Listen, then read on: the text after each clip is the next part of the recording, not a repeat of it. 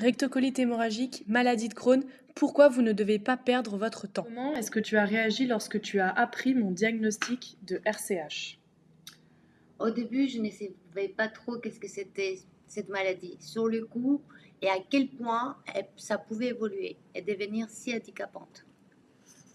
Quelles étaient tes principales inquiétudes en tant que parent à cette époque?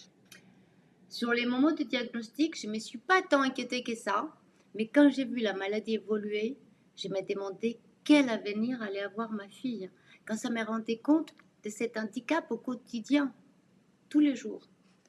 Qu'est-ce que la maladie a changé dans notre vie de famille et dans notre quotidien? Ça a amené énormément de tristesse, beaucoup d'inquiétude, des prises de tête aussi, un isolement social, puisque personne surtout ne pouvait comprendre ce qu'on vivait ici, dans cette maison. Quels ont été, selon toi, les plus grands défis que j'ai dû surmonter durant mon parcours?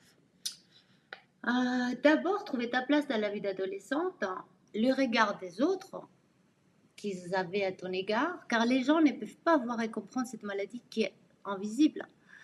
Elles peuvent penser que parfois on exagère, de pouvoir continuer ta vie sportive de cavalière malgré ta fatigue, mais aussi ta vie d'étudiante en droit. Le plus gros défi, c'est lorsque tu étais arrivé au pied du mur et qu'on ne voyait plus de solution à part l'opération que tu refusais.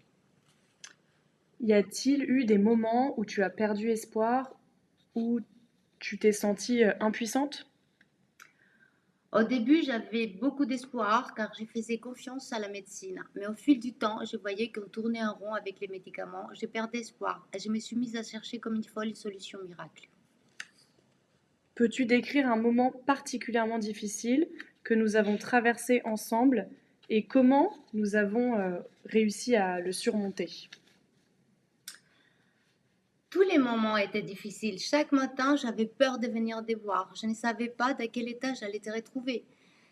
La dernière hospitalisation où ils t'ont annoncé qu'il n'y avait plus de traitement et qu'il fallait absolument t'opérer, tu l'as surmonté. Je t'ai vu refuser, t'es tourné vers autre chose qui me paraissait encore inconnu et qui m'effrayait en même temps encore plus. As-tu commencé à remarquer que mes efforts pour entrer en rémission commençaient à porter leurs fruits? Au bout de la deuxième semaine, lorsque tu as commencé à s'y mettre sérieusement, je voyais déjà une amélioration et tu courais déjà moins aux toilettes. Qu'est-ce qui t'a impressionné ou inspiré dans ma façon d'aborder la maladie et de chercher des solutions? Ta force, ton courage, ta volonté d'y arriver, ton ouverture d'esprit. Je me rappelle du jour où tu es venue et tu m'as dit, maman, c'est bon, je sais, j'ai compris. Que dirais-tu aux familles qui ont un proche atteint de RCH ou de Crohn et qui cherchent une solution? De les soutenir, de les insister à s'ouvrir vers autre chose. On était même parti à l'étranger, on a dépensé une fortune en cherchant des solutions.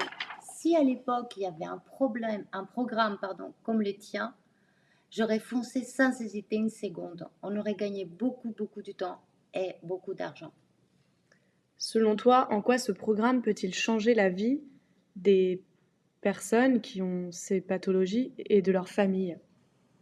Déjà, la personne qui souffre ira mieux, il retrouvera une meilleure santé, aura une meilleure énergie, sera de meilleure humeur, pourra revivre tout simplement et même partager des moments comme un simple dîner en famille sans s'élever 20 fois de table, chose que malade, on ne peut pas. Y a-t-il quelque chose que tu aimerais dire aux personnes qui hésitent à essayer et à entrer dans ce programme? Vraiment et honnêtement, foncez, ça marche, vraiment ça marche. Ma vie et la vie de ma fille, nos vies ont changé